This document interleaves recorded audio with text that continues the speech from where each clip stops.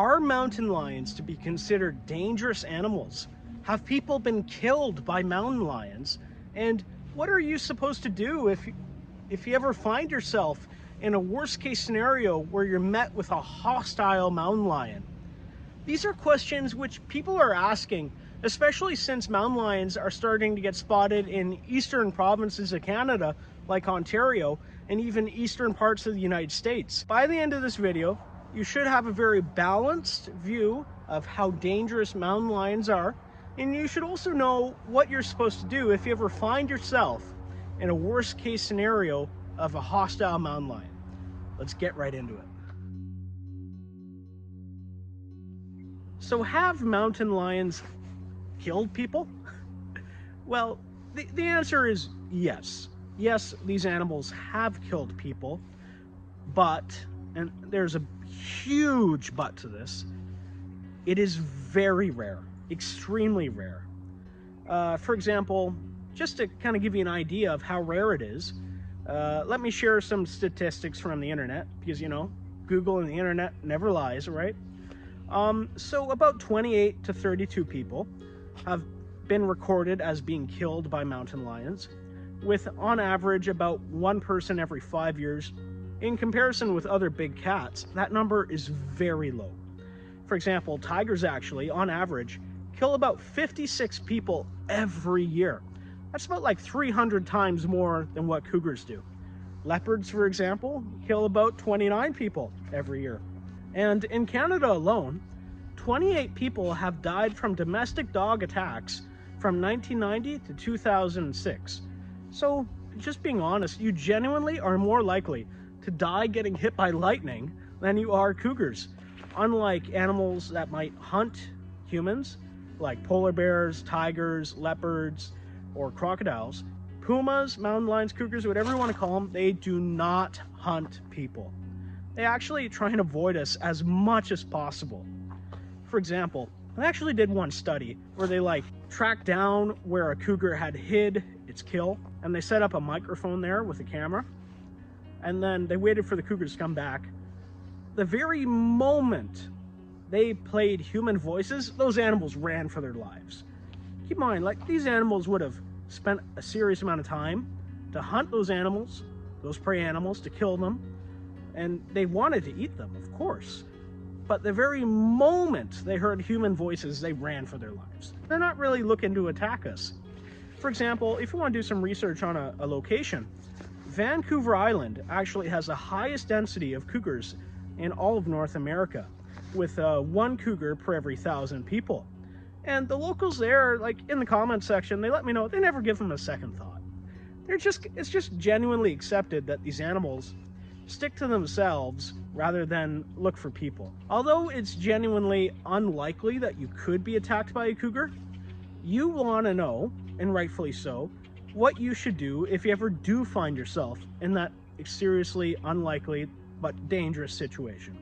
There's a few steps that you can do if you ever come face to face with a cougar, and I will try and present it as simple as possible, because that's easiest to remember, right? Step one, you want to have a staring contest between you and that big cat.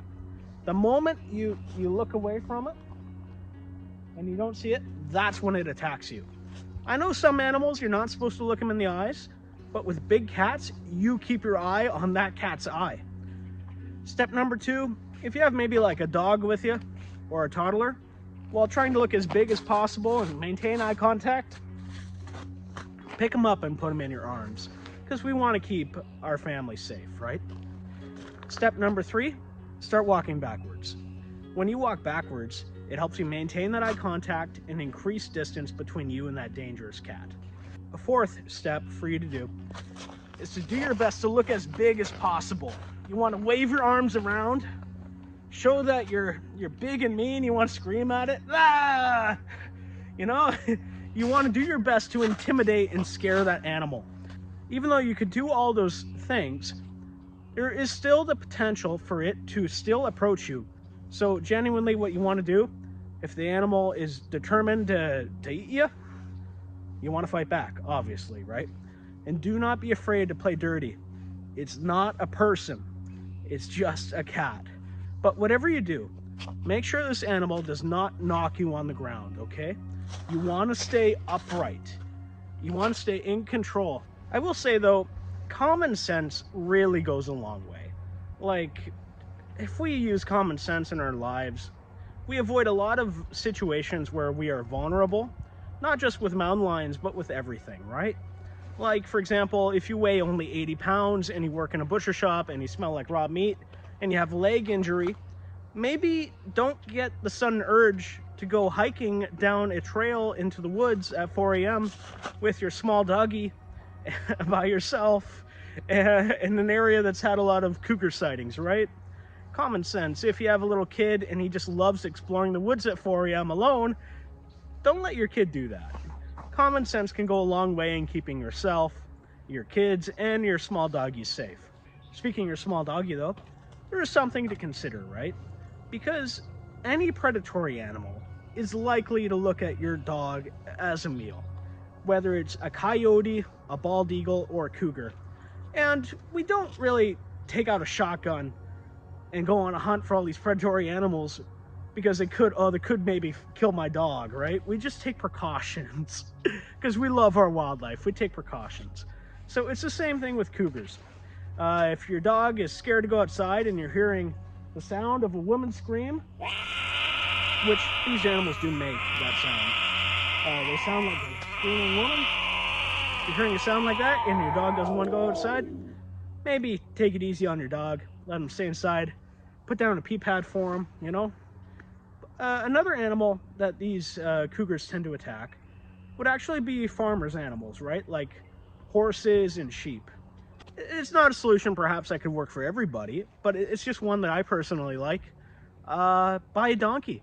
Donkeys are awesome because unlike horses, which always run away whenever they see a predator, the moment a donkey sees a predator, it's like Tai Lung, you know? Finally, a worthy opponent. They just go in and they're ready for a fight, and they'll just take on the cougar or the coyote and try and kill it. So having an animal like that in the pen with the others, it almost acts like a guard dog, right? It keeps your sheep safe or your horses safe, and it definitely deters predators from ever attacking any of your animals. Because keep in mind too, with predator animals, the moment they get injured is the moment that they're dead, and they will not risk getting injured unless they have to. So, but not everyone can have a donkey in their backyard, of course, right? So some practical suggestions would be try and improve your fencing, make it more difficult for the animal to get in at your livestock.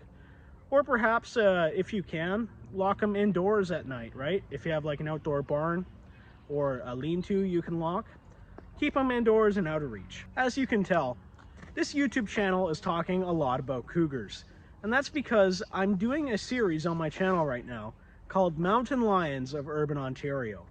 And the purpose of this series is to prove finally, once and for all, that Southern Ontario is now home to established populations of mountain lions. There is a big denial for this among our wildlife authorities, and they're willing to budge on it, but only on one condition: that we supply evidence of a mother walking with its young cub.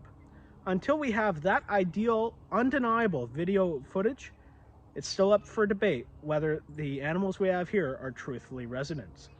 I am hoping to be the first person to capture that footage and to prove otherwise. If you enjoyed this video or found it interesting at least, I would highly suggest for you to subscribe, because I'm going to be making more content like this in the future, and you're not going to want to miss out on that. For example, my next video, I'm going to be releasing, finally, an online map of all of Southern Ontario's cougar sightings. I have over 500 sightings that I'm about to release to the public, and you're going to want to know exactly where they've been spotted. So stay tuned, take care, and thank you guys for watching.